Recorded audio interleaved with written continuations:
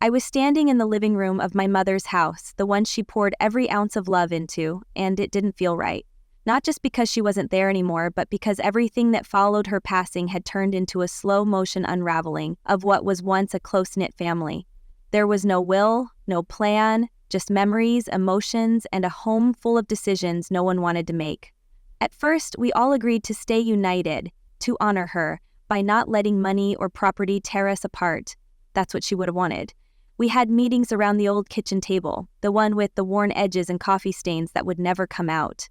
I remember my brother saying, "Whatever happens, let's not end up like those families that stopped speaking after the funeral." We all nodded. But nodding is easy. It was my younger sister, Amanda, who was struggling the most. She had 2 kids under 5, her husband had just lost his second job in a year, and they were seriously considering buying a used travel trailer to live in behind his cousin's place. None of us could stomach the idea of her children growing up in that kind of instability. That's when the idea came up. Give Amanda the house. Not sell it to her, not rent it to her, give it. At the time, the mortgage was still being paid down, but there was enough equity that had we sold it, each of us siblings would have walked away with a decent chunk of cash. But Amanda needed a home and we wanted to help. We told her, just move in, pay the mortgage, and we'll figure out the legal transfer down the road. No contracts, no papers, just family doing the right thing. I remember sitting across from Amanda and her husband Jake explaining that this wasn't just a gift, it was a sacrifice. We were all giving up our piece of Mom's legacy so that her kids wouldn't have to grow up feeling like a burden. Amanda got teary-eyed, she called us saints. Jake, on the other hand, looked more annoyed than grateful. "Well, I mean, if I'm paying the mortgage, it's basically ours already, right?" he had said, only half joking. I laughed it off then. I didn't realize I should have taken it as a warning. The move-in happened fast. Within a week, Amanda and Jake were settled, my other siblings and I went back to our lives, each of us feeling like we'd done something good, something noble. But something about the way Jake kept talking about the house didn't sit right. At the first family barbecue, he referred to it as our house at least 6 times. When someone complimented the garden, he said, "Thanks, I've got plans for it." When I asked Amanda about their future there, she shrugged and said, "We'll see what happens with Jake's job. We're taking it day by day." That wasn't the agreement. That wasn't what we gave up our inheritance for. Still, I tried not to overthink it. Families are messy. Words are careless. Maybe I was reading into things. Maybe Jake just had a weird way of expressing gratitude. But as time went on, those little comments started stacking up. Jake made it clear he thought the house was theirs already. He told friends it was finally nice to own property. He acted like we had signed it over in gold. My siblings started expressing doubts. One brother mentioned that Amanda still hadn't begun paperwork for refinancing. Another brought up how Jake told him they were thinking about flipping the house once the market improved. That was the moment something shifted in me. A little voice I had tried to ignore got louder, and what it was saying wasn't pretty. I still wanted to believe in Amanda, to think that maybe Jake was just blowing smoke. But I couldn't shake the feeling that we'd made a mistake, one that could cost us everything, including each other. We had handed over the house on a silver platter, believing it was for the children, but now it felt like we'd just made a very bad deal, and the price wasn't just financial. It was trust. It was blood. It was everything our mother had taught us, never to lose. The first time I heard Jake say "my house" out loud, I was slicing tomatoes at Amanda's kitchen counter during a casual family dinner. We'd all come over for tacos and a movie, something simple, something to remind us that even after the loss of Mom and the mess that followed, we were still family. The kids were running around barefoot, leaving sticky fingerprints on the walls, and for a moment it really did feel like something beautiful was coming out of the grief. Then Jake walked in from the garage and said to my brother Mark, "Man, you should see what I've got planned for my garage. Gonna turn it into a workshop. Finally have space now that we've got the house." I remember stopping mid-slice. My garage? My house? I waited for him to correct himself. He didn't. Mark gave me a quick glance and kept chewing. I said nothing, but that night it played on a loop in my head. A slip of the tongue is one thing, a consistent narrative is another. Over the next few weeks, little things started piling up. Jake removed the wind chimes Mom had hung on the front porch, the ones she bought on her last trip to Sedona, and replaced them with a motion sensor light. He painted the front door red without asking anyone and laughed when Amanda said something about how Mom always wanted it blue. Well, she's not here anymore, he said flatly and just kept scrolling through his phone. When I brought it up later, Amanda brushed it off. It's just a door, she said, avoiding eye contact. But it wasn't just a door. It was Mom's favorite color. It was the color she chose after repainting it 3 times because she couldn't find the right shade. And now it was gone, like it never mattered. Then there was the landscaping. I'd visit and see new gravel, new plants, solar lights along the walkway. All fine things if he were investing into the home as part of a long-term commitment. But something about the speed of the changes felt less like settling in and more like staging, like he was prepping for something. I couldn't shake the thought. It became worse when I overheard him on a phone call, pacing outside during a Sunday visit. Nah, man, this place is getting cleaned up fast. Give it 2 years, we'll be out of here. Flip it, pocket the equity, move to Arizona or something. Amanda hates the winters here, he laughed. I froze. I stood in the hallway, 1 foot on the stairs, suddenly unable to move. 2 years, flip it, pocket the equity, move. That was never the deal, never even close. I didn't say anything right away. I didn't trust myself not to explode. I waited, thought it over, went home and stared at the ceiling for hours, my mind racing. The next day I called my sister and asked her point blank what their long-term plan was. She hesitated. I mean, we're staying for now, she said carefully.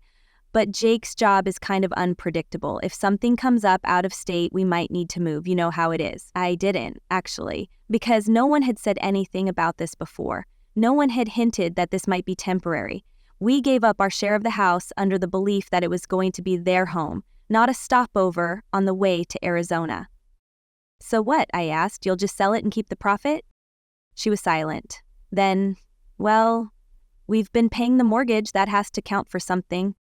I laughed, not because it was funny, but because I couldn't believe she said it.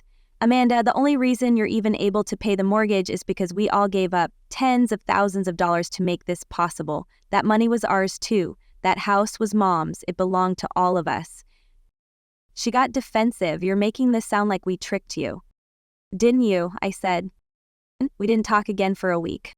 In the meantime, I spoke to Mark and our oldest sister, Diane. I told them everything, what I heard, what Amanda said, how Jake was talking about flipping the house. Mark sighed and said he wasn't surprised. Diane was furious. I knew something was off, she said. He treats that house like it's his trophy. Amanda never stands up to him. We started going back through old messages, notes from the informal agreement we'd all made. There was no legal contract, just a shared understanding, a belief that this was the right thing to do. And now it felt like we'd been suckered. I wanted to believe Amanda hadn't known, that Jake had kept her in the dark, but when she defended him, when she said, "We've been paying the mortgage," I knew that wasn't true. She wasn't just complicit, she was on board. At our next family dinner, smaller now, quieter, I brought it up.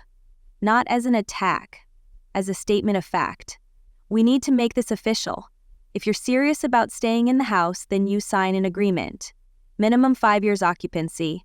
If you sell before then, the equity gets split evenly, like it would have been if we sold it right after Mom died. Amanda looked stunned. Jake looked offended. We don't need paperwork, he snapped. We're family. That was the moment I realized he never saw this as a gift. He saw it as a win. A loophole. A free house. A way to climb the ladder faster. And the rest of us? We were just suckers who didn't have the guts to draw lines. Well, I was ready to draw one now, right down the middle of that red-painted front door. I didn't sleep the night after the family dinner. Every time I closed my eyes, I saw Jake's smug face as he dismissed the idea of a written agreement. We're family, he had said, like that meant something unshakable, like that word was some kind of magical shield that protected him from accountability. But to me, family didn't mean blind trust anymore. It didn't mean sacrificing everything and hoping the other person wouldn't take advantage of your kindness. Not after hearing him talk about flipping the house. Not after Amanda's thinly veiled justification that paying the mortgage somehow made it theirs. I had spent weeks trying to convince myself I was just being paranoid, overly cautious, maybe even selfish for second-guessing them. But that illusion shattered the moment he showed how entitled he really felt. I knew I had to act. This wasn't just about a house anymore. It was about principles, and it was about protecting what Mom had left behind. I wasn't going to let it become someone's shortcut to profit. The next day, I scheduled a call with a real estate attorney, I laid out everything. My mother's passing, the informal agreement, Amanda and Jake moving in, the family consensus, and now this 2-year plan to sell. The lawyer was calm and thoughtful. So technically, he said, no formal transfer has occurred, no deed, no quitclaim, nothing filed. I confirmed it. And the mortgage? Still in Mom's name, they've just been paying it month to month while we figure things out. He nodded. Then legally, the property still belongs to the estate, and unless there's a will, which you've said there isn't, the inheritance must be divided equally among the beneficiaries unless otherwise agreed upon in writing. I felt a strange mix of relief and dread.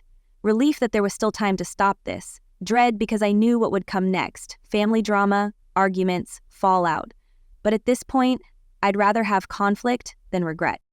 Later that week, I called another sibling meeting, just the 4 of us, me, Diane, Mark, and Amanda. I wanted to keep it small, tight, controlled. Jake wasn't invited. This needed to be a conversation between blood. When Amanda showed up alone, I could tell she was already tense. She sat stiffly in the old armchair in Mark's living room, arms crossed, lips tight. I didn't waste time. We've spoken to a lawyer, I said. The house legally belongs to the estate. Nothing's been signed, nothing's official. If we want to avoid a complete mess, we need to put things in writing. Now? Amanda blinked but said nothing. Diane jumped in. We're not saying you have to leave. We just want to protect everyone, including you, including your kids. We're proposing a 5-year occupancy clause. You live there, treat it as your home, and after 5 years, we transfer the deed to you. If you leave before that, the equity gets split like it would have if we'd sold it right after Mom passed, Mark added. This isn't personal. It's just smart. Amanda finally spoke, her voice low. Jake's not going to go for that. I raised an eyebrow. Why not? If you're not planning on leaving, it's a non-issue, right? She looked away. He just doesn't like the idea of being controlled. This isn't about control, I said. It's about honoring the agreement, the one where we all gave up our shares so you'd have a place to live, not a quick payout. Amanda got up, pacing. He thinks we deserve it, that paying the mortgage should mean something, that if we're putting money into the house, we should have freedom to do what we want with it. Diane scoffed. What he wants is to sell it and run, Amanda glared. It's not like that. He's just thinking about our future. I folded my hands. So are we. But our future doesn't include being blindsided when you cash out and disappear with the money. The meeting ended with no resolution. Amanda refused to sign anything without talking to Jake. We all knew what that meant. Jake would say no. He'd spin it into some narrative where we were greedy or manipulative. But we weren't the ones trying to turn a gift into a paycheck. A few days later, my fears were confirmed. Jake started calling around, asking about appraisals. He contacted a realtor, a friend of we only found out because Mark ran into that same realtor at a coffee shop. Your family's house? She asked, confused. Jake told me they were the sole owners. Mark's jaw nearly hit the floor. The audacity wasn't even subtle anymore. Jake was planning to sell the house, quietly, on the side, without telling anyone. He was going to try to push through a sale while the deed was still in probate, under the assumption that no one would challenge it because, well, family. That night, we confronted Amanda again. This time I didn't hold back. You told us you needed help. You told us this was for your kids, and we believed you. But Jake is out there acting like he owns the place, trying to line up buyers. Do you even realize what that looks like? Amanda looked exhausted, cornered. She didn't deny it. He thinks we're entitled to do it, that we've earned it. I shook my head. You've been paying the mortgage. We gave up our equity. There's a difference. Diane was harsher. You're stealing from us, and you're letting him lead you down that road. Don't you see that? Amanda's voice cracked. I'm trying to do what's best for my family. So are we, I said quietly, but we're not going to let you rob us blind to do it. By the end of the week, I had filed a formal notice with the probate court, requesting a pause on any title transfers or refinancing. The house was locked down. Jake could posture all he wanted. He wasn't getting through the wall we were building. He tried, of course. I started getting texts. Thought you were better than this. Can't believe you'd stab your own sister in the back. You'll regret this. I didn't respond, because I knew something he didn't. I wasn't the one who was going to regret anything. Not this time, not anymore. The game had changed, and now I was the one writing the rules. Jake was fuming. That much was clear from the moment he stormed into the next family meeting Amanda reluctantly agreed to host. His jaw was clenched so tightly I thought his teeth might crack, and the way he paced around the living room like he owned it, like he owned us, only confirmed everything I already knew. He didn't say hello, didn't offer a seat, he just launched into it like a man on a mission. "This is insane," he snapped, voice rising fast. "You people are acting like we're thieves, like we tried to con you out of something that wasn't already ours. We've been living here, we've paid the mortgage, we've done renovations, upgrades. This is our home." Amanda sat on the edge of the couch, hands in her lap, not saying a word. She looked small, like a shadow of herself. Jake was doing all the talking now, and clearly all the thinking too. "You don't get to change the rules just because you're having second thoughts," he added, eyes locked on me like he was daring me to respond. But I didn't flinch. I didn't raise my voice. I had learned something valuable in the last few weeks. Jake thrived on chaos. He wanted emotional reactions because they gave him something to twist, something to point to and say, "See, she's the problem." So I kept my tone calm and steady. "No one's changing the rules, Jake. The rules were never written down. And that's exactly the issue. We're putting protections in place now. Legal, documented, enforceable protections. If you're not planning on leaving or selling, then the 5-year agreement should be no problem at all," he laughed bitterly. "Oh, please. This is about control. You people can't stand the fact that Amanda and I got something good while the rest of you are still figuring your lives out." Diane shifted in her seat and looked ready to pounce, but I held up a hand. "We gave you this. You didn't win it in a lottery. It wasn't a reward for good behavior. It was an act of love and trust. And you've made it very clear that you don't respect either." Jake scoffed. "Respect? You think this is about respect? It's about ownership. Legal or not, this is our home. We've paid into it. We've made it better. That means something." "You've paid the mortgage for a year," Mark said, speaking up for the first time. "We gave up our inheritance for the down payment, for the equity. That means something too." Jake turned to Amanda, looking for backup, but she avoided his eyes. That alone made my chest ache. She wasn't ready to admit it yet, but something inside her had started to shift. Maybe she was finally beginning to see what we had all been trying to show her. "I don't owe any of you anything," Jake said coldly, "and I'm not signing your little agreement. Do what you want, file whatever paperwork you think will stop us. In the end, we live here, and we're not leaving." And with that, he walked out, slamming the door behind him so hard the framed picture of Mom on the hallway wall tilted sideways. No one moved. The silence that followed felt thick, like we were all waiting to exhale. Amanda looked at me with eyes full of apology, but I didn't want to hear it. Not yet. She had stood by him for too long, let him manipulate too much, and silence at this point was complicity. Later that week, I got a call from our attorney. Jake had, as we expected, attempted to initiate a sale inquiry with a local realtor under his name. He claimed to be the rightful heir and said the other siblings had walked away from their interest in the property. Fortunately, the court-ordered hold on any transaction was already in place, and the lawyer immediately flagged the realtor. Still, it sent a chill down my spine. Jake wasn't just talking anymore. He was actively trying to push forward without us, bypass the family, bypass the law, bypass decency. He thought no one would stop him because that's how he operated, aggressively, loudly, confidently, until people backed down just to avoid the mess. But not this time. I gathered every piece of communication we had, texts, emails, even old group messages where we had agreed on the informal terms. I compiled a timeline. I gathered statements from Mark and Diane. We weren't just reacting now, we were building a case. Quietly, carefully, like you build a wall, brick by brick. And I didn't stop there. I called the mortgage company and confirmed that the loan was still under Mom's estate, which meant any changes had to go through probate court. I also submitted a formal motion to block any future attempt to transfer title without the approval of all beneficiaries. Jake might think this was a game he could outmaneuver, but we were stacking the deck, one notarized document at a time. It was around this time Amanda reached out to me privately. She asked to meet. We sat at a park bench near the library, one we used to visit as kids. She looked tired, her face drawn, her voice thin. "I didn't know about the realtor," she said quietly. "He did that without telling me." I believed her. Partially. "Amanda, this isn't about one action. It's about the pattern. about how he talks about this house like it's his birthright, how he's tried to cut the rest of us out of something we gave in good faith. She nodded. I know. I'm sorry. But apologies weren't enough anymore, not when she was still living under the same roof with him, not when she still hadn't told him to stop. We can still fix this, I said, but you need to decide where your loyalty lies, with a man who sees our family as an obstacle, or with the people who gave you a home in the first place. She wiped her eyes and said nothing. That was answer enough.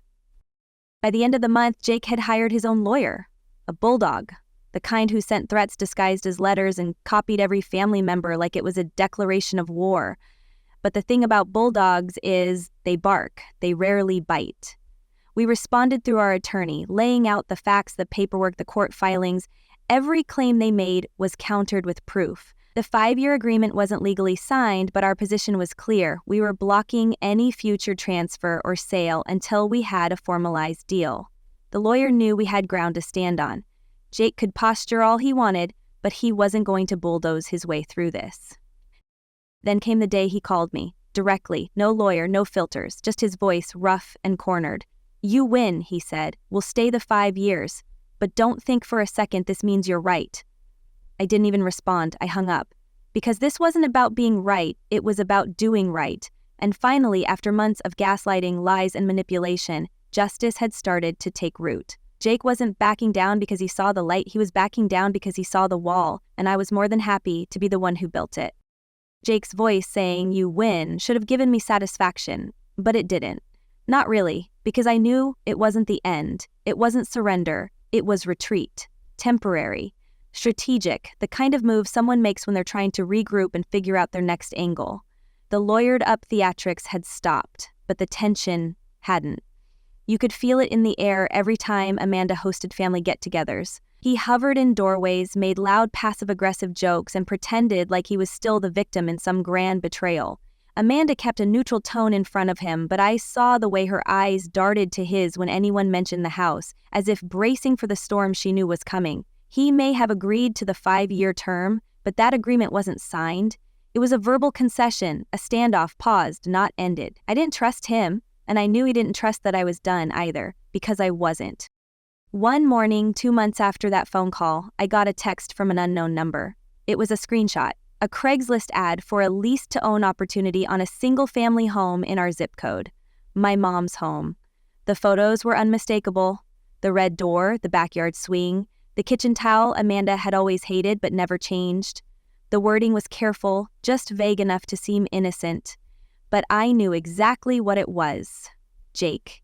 Trying to make an under-the-table deal. He couldn't sell the house outright, but maybe he could lease it to someone, with the intention to buy later, work around the legal bindings, sneak through the back door. I stared at that ad for a long time before I showed it to Diane and Mark. Neither of them said anything at first. Then Diane said, "This guy doesn't learn, does he?" And Mark just shook his head like he'd expected it all along. We sent the screenshot to our attorney, who immediately drafted a cease and desist notice. The lawyer also advised us to file an emergency motion with the court to reinforce the existing hold with new documentation, citing Jake's behavior as evidence of bad faith. And this time, I didn't just sit back and wait for the legal gears to turn. I contacted the Realtor Association and flagged the post, reported it through the Craigslist system, and even made a couple of calls to people I knew in local housing groups to spread the word. If someone tried to pitch that house as a lease-to-own deal, it was fraud. That house wasn't his. It wasn't Amanda's alone. It still belonged to all of us until this mess was resolved for good. Jake naturally went ballistic. He accused me of harassment, of ruining a perfectly legal opportunity. He said I was sabotaging Amanda's chances of creating financial stability for their family. The irony made me laugh out loud. Stability, he meant control, he meant profit, he meant doing exactly what he'd always planned to do, cash out and move on. Amanda called me late that night. She sounded exhausted. He's saying, "You're trying to destroy us," she whispered. I could hear Jake yelling in the background, and she quickly closed a door to muffle it. I didn't know he posted that. He didn't tell me. I wanted to believe her, and maybe it was even true, but by then I'd stopped trying to figure out whether Amanda was naive or complicit. The result was the same. You need to decide, Amanda, I said, because he's dragging you down with him, and the longer you let him call the shots, the harder it's going to be to walk away. She didn't say anything for a long time. Then, I think I made a mistake. It was the first honest thing she'd said in months, but mistakes can't always be undone. That night, I couldn't sleep.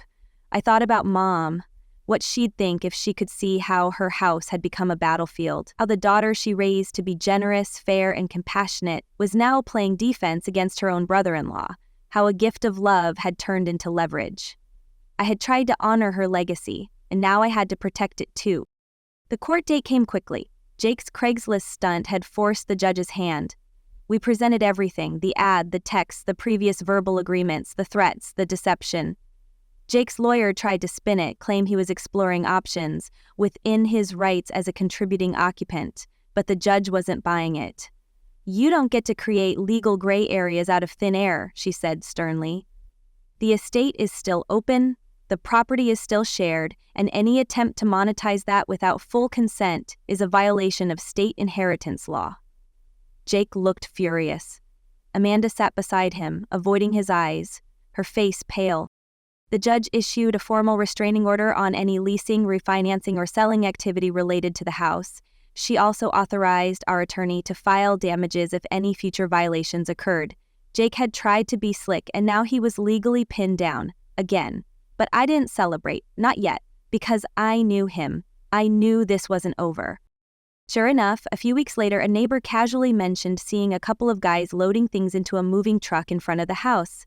Thought maybe your sister was finally getting away from that husband of hers, he said with a hopeful smile. But I hadn't heard anything.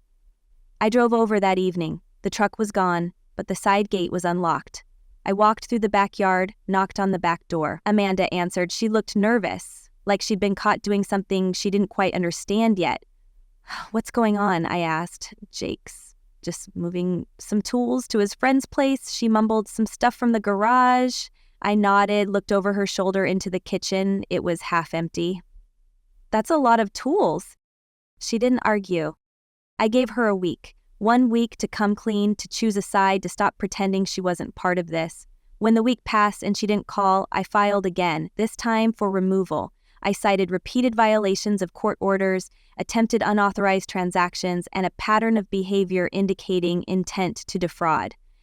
It was a nuclear option, one I never thought I'd use, but we were past the point of subtlety. The trust was gone, the kindness had been exploited, the only thing left was justice. Jake responded by trying to flip the script one last time. He claimed we were harassing him, destroying Amanda's mental health, targeting their family unfairly. But no one was buying it anymore. Even Amanda's voice on the stand lacked conviction. I never wanted it to come to this, she said. Neither did we. But she let it happen. She let him turn Mom's house into a chess piece. And I wasn't going to let that game end with us checkmated. The judge ruled in our favor. Amanda and Jake were ordered to vacate the home within 60 days. The estate would either be reopened for equitable resale or held in trust for another relative who could meet the requirements. As they packed, Jake made sure to play the victim to anyone who would listen. They stole our home, he told the mailman. They betrayed us, he told the neighbor across the street. But I didn't care. Let him spin whatever story he needed to soothe his ego. The truth was in the paperwork. The truth was in every step he took trying to cheat us. The truth was, he lost. And it wasn't because I outsmarted him. It was because I finally stopped being quiet. Because I stopped giving him the benefit of the doubt. Because I learned that sometimes protecting your peace means standing your ground, even if it means burning the bridge you once built with love. The 60-day deadline ticked down like a slow, relentless clock, each day peeling away the illusion that Amanda and Jake still had control. Their presence in the house felt like a ghost haunting something already gone. The legal order had spoken, clear, final, and now there was nothing left to argue. Still, Jake tried. He filed a last-minute appeal, weak and unsubstantiated, alleging emotional duress and family coercion. The judge didn't even grant a hearing. His paperwork was returned with a one-line response, denied. The silence that followed was louder than any tantrum he could have thrown. Amanda didn't call. She didn't show up to any of our family events. And for once, Jake's name wasn't being mentioned like a constant buzz in our group chats or calls. It was like the two of them had slipped into a vacuum where neither of us was willing to follow. I thought it might feel like a victory. Instead, it felt like something had finally broken. And maybe that was necessary. 2 weeks before the move-out date, Amanda sent me a text. It was short. "Can we talk?" No punctuation, just the barest signal that she wasn't ready to let it end in silence. I met her at a coffee shop halfway between her place and mine. She looked older than she had 2 months ago, worn down. Her skin was pale, eyes tired. She didn't order anything, just sat down, across from me, and stared into the table like she was afraid to look me in the eye. "I didn't expect it to get this far," she said finally. "I didn't think Jake would push so hard." I watched her for a long moment before answering. "He didn't just push, Amanda, he bulldozed. And you let him." Her face twisted slightly in pain, but she didn't argue. "I thought we were doing what was best for the kids.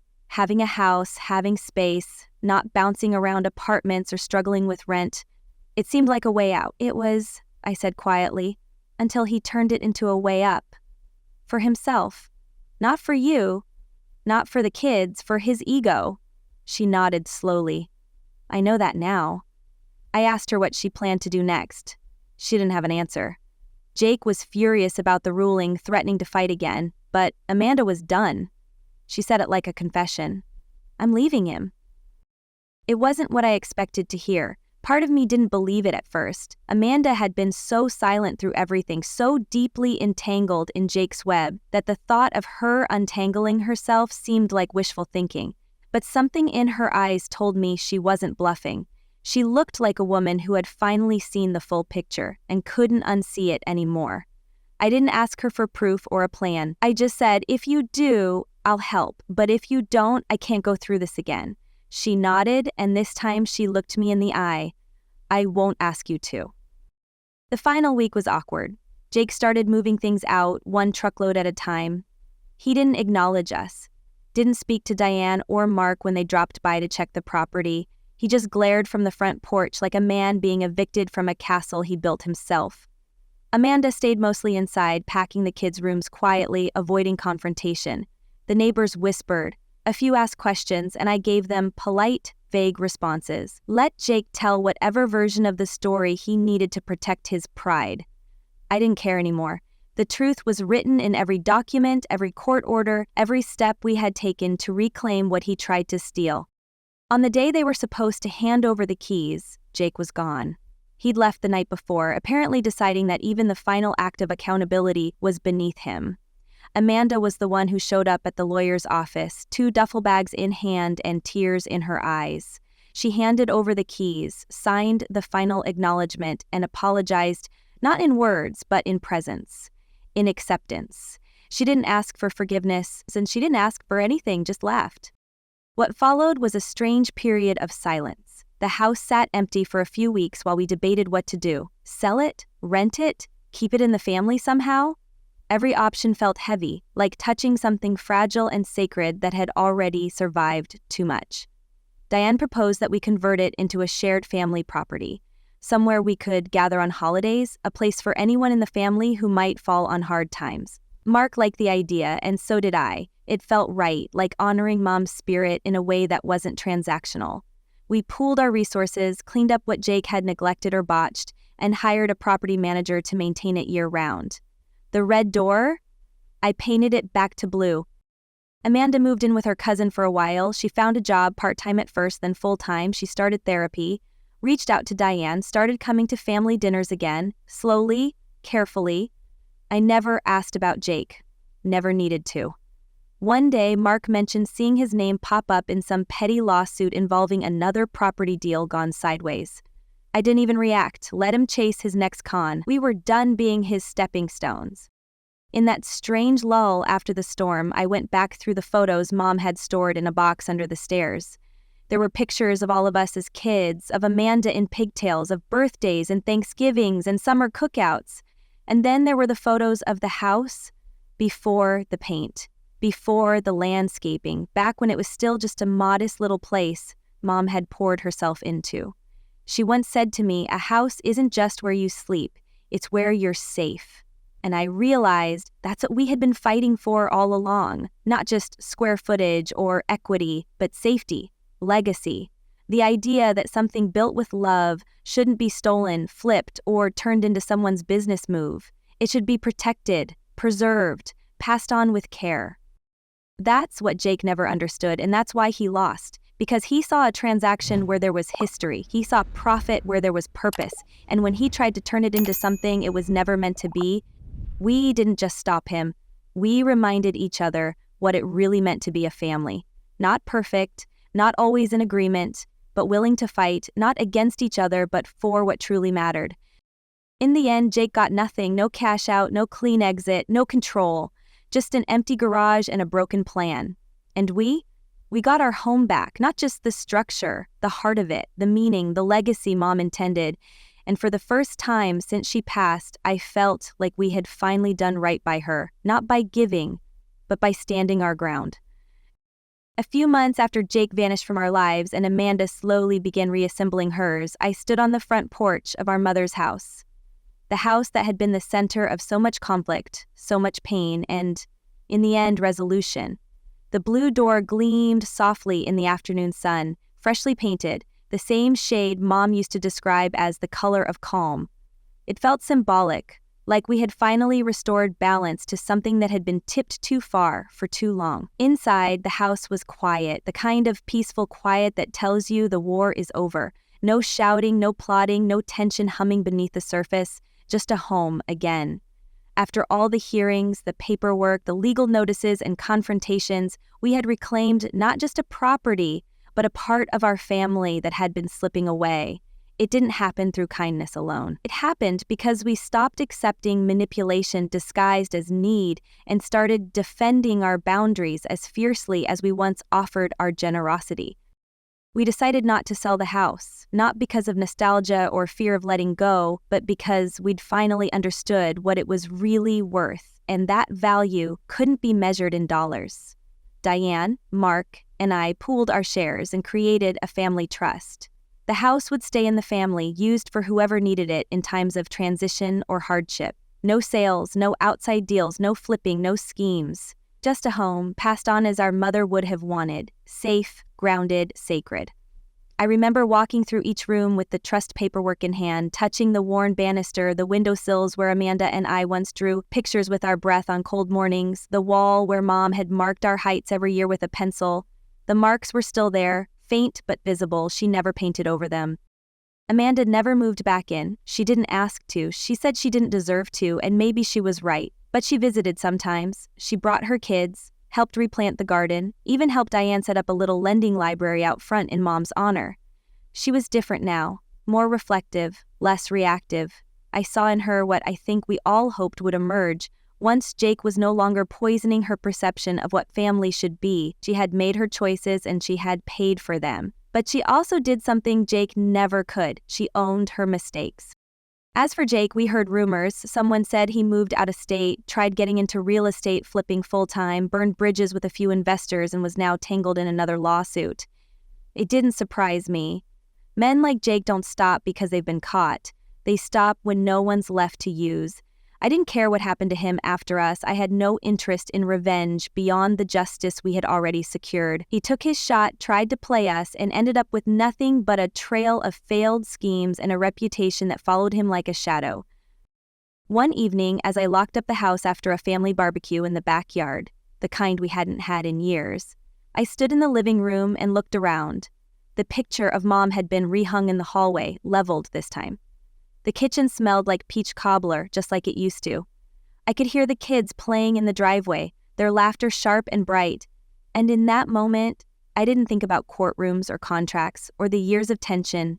I thought about how close we had come to losing all of it, to losing each other, and how lucky we were to have pulled back from the edge.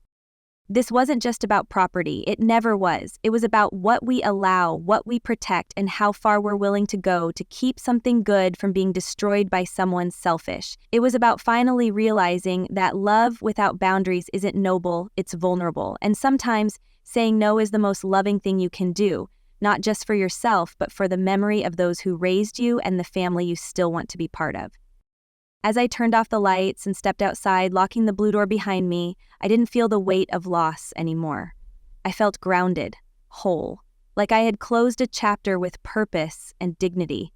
Jake might have walked away thinking he lost a house, but what he really lost was the chance to be part of something built on trust, love, and legacy. And as for me, I didn't just get my share of the inheritance. I got something better. I got my peace back.